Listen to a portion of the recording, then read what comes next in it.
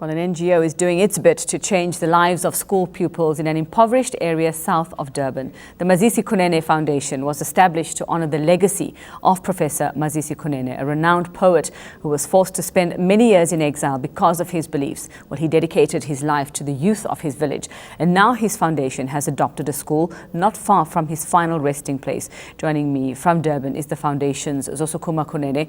Zosukuma, good morning, and thank you so much for your time this morning. Tell us about the project, or tell us about the work that you're doing with schools, focusing in particular on the one school where you've had amazing results. Yes, thank you very much. The school that we are doing the work at is a school called KwaHluzimqondo High School, which is in the south coast of Durban. The Professor Mazisi Kunene Foundation was established in 2006.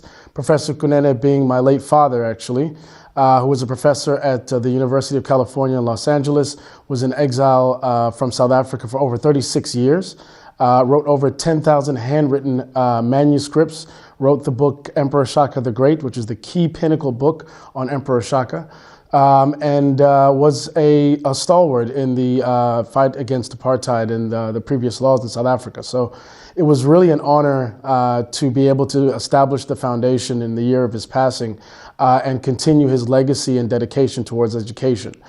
We've continued that dedication through the program. We've had several partners involved, including Bidvest Freight and the airports company in South Africa.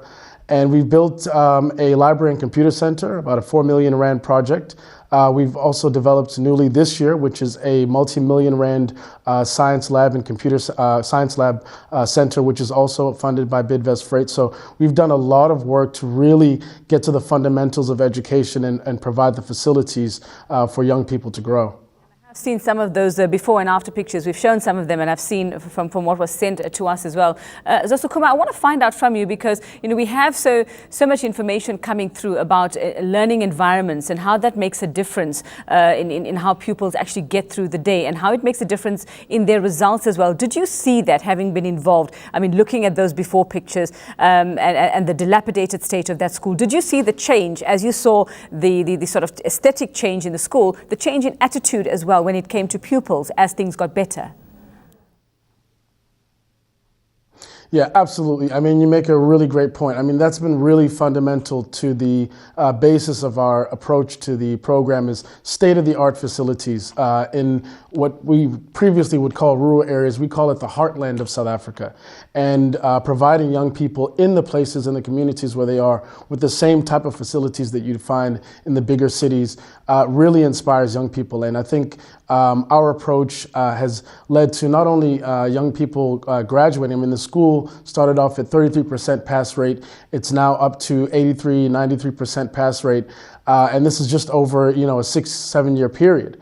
And, we've really been focused and dedicated to providing the type of facilities that young people can grow and be inspired by. In fact, this year we're launching a 50 million rand plan for development, because there's about 6 schools that are actually based in the area.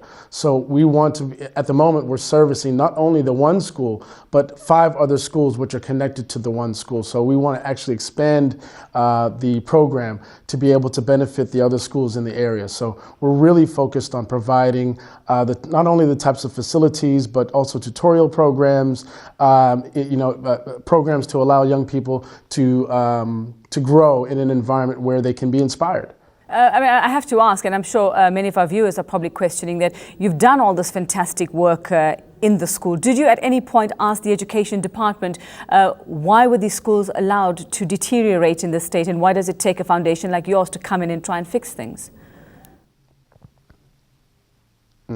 I think we've taken the approach of, if you remember, ask not what your country can do for you, but what you can do for your country. And I think we work in partnership with the education department in terms of the initiatives that we run, but really the funding that we liaise from the private sector is really in with that ethos of not just waiting for the education department, not waiting for government, but actually working ourselves to really add value. And we started off just giving a stipend to graduates who were unemployed to come back and tutor the schools at the pupils at the school. And inevitably in the first year we went from 33 to 45% pass rate. And that's when these funders and sponsors really became interested in the type of program we were running. And we haven't looked back since. It's been a really great partnership with both the public and private sector. So we definitely continue to invite companies, people out there, also from the government side and public sector, to come into partnership with us and allow this program to continue to grow. It's a truly, truly exciting program. All right, so 40 years on after the Soweto uprisings, wonderful advice. They ask what you can do for your country. Coming from Zosukuma Kunene from the Mazisi Kunene Foundation.